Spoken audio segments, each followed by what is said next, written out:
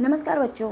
पिछली वीडियो में हमने जाना था कि संधि क्या है, संधि के भेद क्या हैं और सीखा था दीर्घ संधि के कुछ रूल्स को और नियम को, एग्जाम्पल्स को। चलिए अगली संधि है हमारी गुण संधि। गुण संधि के भी हम कुछ रूल्स को और एग्जाम्पल्स को इसी तरीके से इजीली तरीके से आपको समझाते हैं। बच्चों, गुण संधि में सबसे पहले हम समझते हैं इनके नियम को। यदि शब्द के आखिरी अक्षर अगर हमारा अ या आ पे ख़त्म हो रहा है, शब्द पहले शब्द का यदि आखिरी अक्षर अ या आ पे ख़त्म हो रहा है और दूसरा शब्द ई या दीर्घ ई से स्टार्ट हो रहा है, तो इन दो को मिलाकर हमारा बनता है ए, जिसे गुण संधि कहा जाता है।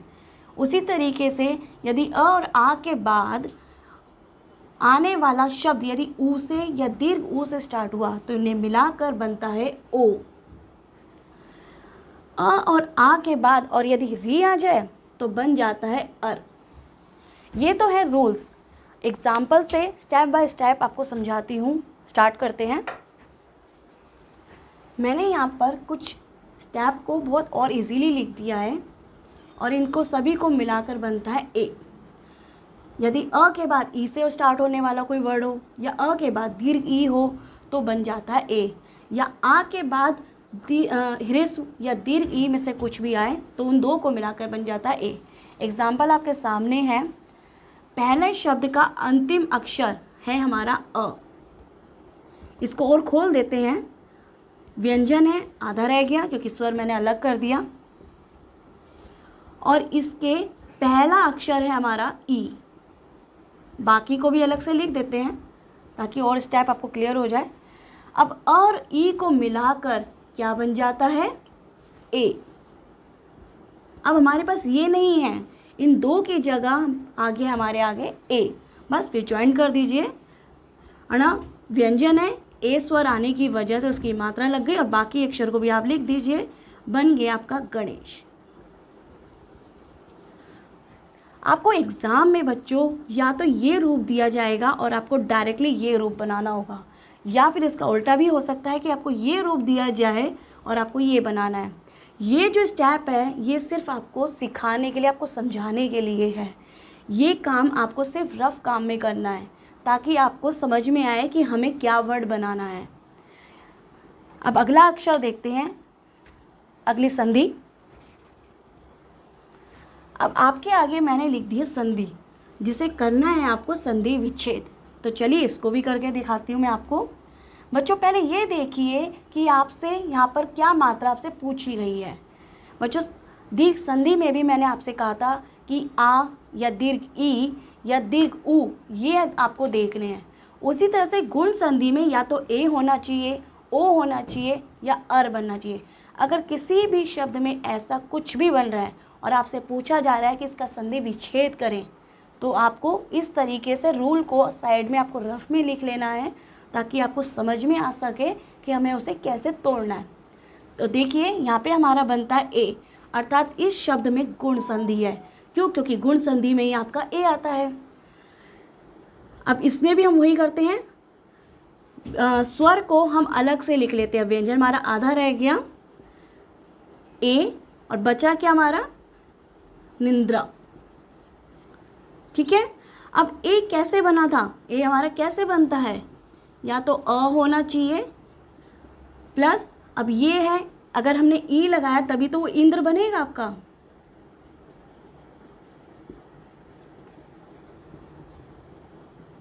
बस बन गया आपका अक्षर। र को अ में जोड़ दीजिए, ये आपका पूरा बन गया नर, और बाकी को लिख दीजिए। ये हमारी हो गई संधि विच्छेद। बताइए कोई मुश्किल था इसमें? ये वाला काम मैं आपको फिर कह रही हूँ बच्चों, ये काम आपको करना है रफ में, आपको वहाँ नहीं लिखना है।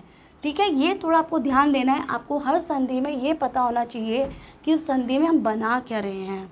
जैसे दीर्घ संधि में आपको मैंने कहा था कि आ, ई या ऊ बनना चाहिए दीर्घ।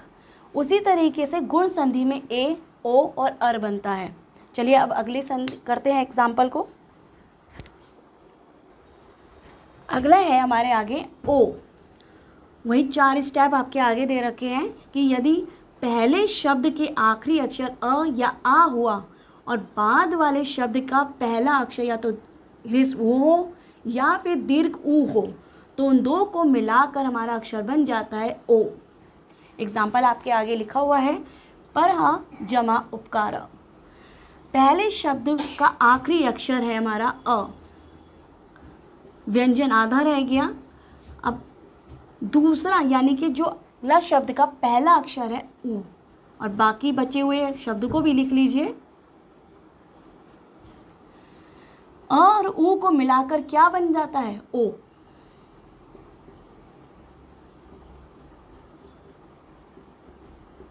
और अब इसके बाद आप इन सब को ज्वाइन कर दीजिए। व्यंजन में स्वर जड़ गया तो पड़ गया परोपकार, परोपकार।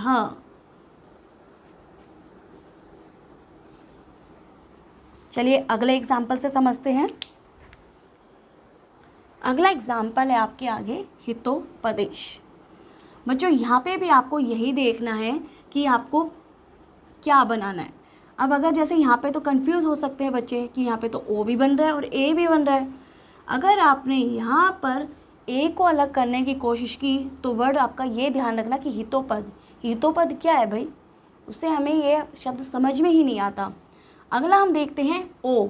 ओ में अगर हमने हटा दिया तो बचता है हमारा हित, हित है। तो यहाँ पे स्टार्ट करते हैं, पहले अलग करते हैं हित को और ओ को भी अलग कर देते हैं। ओ अलग हो गया, बचा क्या हमारा पदेशा।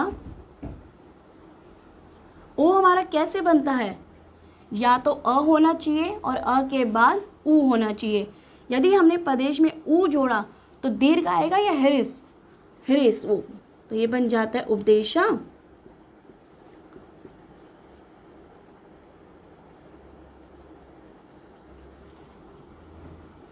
और साथ ही बन गया अ।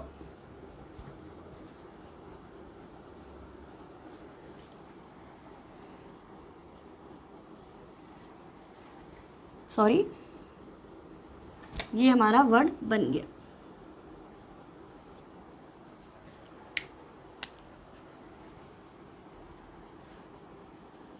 अ और ऊ को मिलाकर, ठीक है। ये अ आपका त में जॉइंट हो गया, ये हित बन गया और ऊ इसके साथ हो गया उपदेशा। तो आपका एग्जाम्पल बन जाता है हित जमा उपदेशा। अगला देखते हैं कि अर कैसे बनता है। अगला है हमारे आगे अर। अ या आ के बाद यदि री आ जाए तो इसको मिला के बन जाता है अर। एग्जाम्पल आपके आगे लिखा है देव जमा ऋषि। पहला शब्द का आखिरी अक्षर है यहाँ पे अ, बचा क्या देव, जो व हमारा आधा रह गया। और बाकी अक्षर को भी आप लिख लीजिए कि री प्लस शी, इन दो को ज्वाइन कर दीजिए, अर बन गया। ये बन जाता है देव प्लस अर प्लस शी। अ जो है वो व में शामिल हो गया और र आधा है तो उस पे शी पे चढ़ गया और हमारा वर्ड बन गया देवर्षि। बताइए कोई मुश्किल थी इस गुण संधि को सीखने के लिए? अगर आपको आज की गुण संधि का वीडियो समझ में आया हो तो वीडियो को लाइक करें, शेयर करें और ऐसे आसान तरीके से संस्कृत सीखने के लिए चैनल को सब्सक्राइब करना ना भूलें। अगली वीडियो में हम आगे के लिए वृद्धि संधि को करेंगे। तब तक प्रैक्टिस करते रहिए। धन्यवाद।